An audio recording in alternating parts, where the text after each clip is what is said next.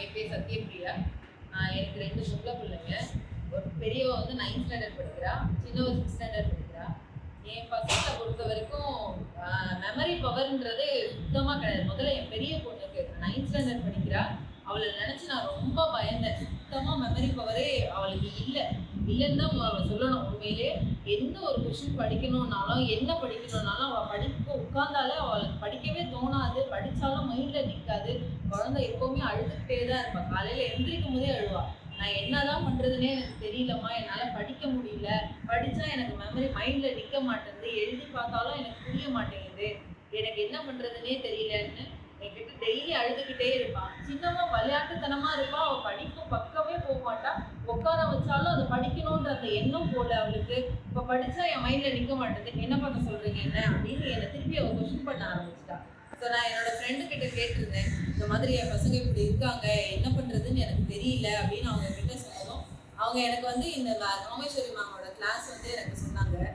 நான் வந்து மேம் கிட்ட வந்து என் பசங்களோட பழைய பேப்பர்ஸ் ஏற்கனவே எழுதியிருந்த அந்த பேப்பர்ஸை கொண்டு வந்து கொடுத்து, அதில் உண்மையே சொல்லப்போனால் ஆல் சப்ஜெக்ட் ஃபெயில் என் பசங்க.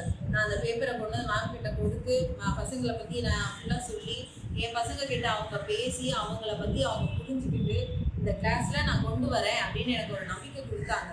கொடுத்து நான் கொண்டு வந்து சேர்த்துட்டு நான் இப்போ ரொம்ப ஹாப்பியாக இருக்கேன். உண்மையிலே சொல்கிறேன், என் பசங்களோட மார்க் ஷீட்டை வச்சு பார்க்கும்போது என்னால் இவ்வளோதான் நான் ஹாப்பின்றதே என்னால் சொல்ல முடியல. பழைய பேப்பரையும் இதையும் கம்பேர் பண்ணும் போது என் கண்ணில் தண்ணி தான் வருது. அந்த அளவுக்கு மேம் வந்து என் பசங்களை கொண்டு வந்திருக்காங்க. என் பொண்ணு எல்லாத்துலேயும் ஃபெயில் மார்க் எடுத்தவ இப்போ 20 out of 20 எடுக்கிற அளவுக்கு அவள் வந்திருக்காள். அவளோட கொஷின் அவள் படிக்கிற விதமே வித்தியாசமாக இருக்குது. எனக்கு அது எப்படி அவள் படிக்கிறா, எப்படி இவ்வளோ சீக்கிரம் அதை எப்படி கற்றுக்கிட்டான்றதும் எனக்கு புரியல.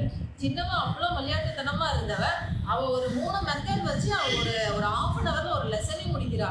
அவளை பார்த்தா எனக்கு ரொம்ப பிரமிப்பாக இருக்குது. நான் மேம்க்கு ரொம்ப தேங்க் பண்ணிக்கிறேன். நீங்கள் எல்லாருமே கண்டிப்பாக இதில் வந்து பயனடையணும். எங்கள் பசங்களா மாதிரியே உங்கள் பசங்களுக்கும் இது வந்து போய் சேரணுன்றதுனால இந்த வீடியோ போடுறோம்.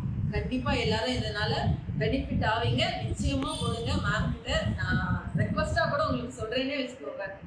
எங்களுக்காக நாங்கள் பண்ண ஒரு விஷயத்தை வந்து நீங்களும் பண்ணணும்னு நாங்கள் கேட்டுக்கிறோம். தேங்க்யூ.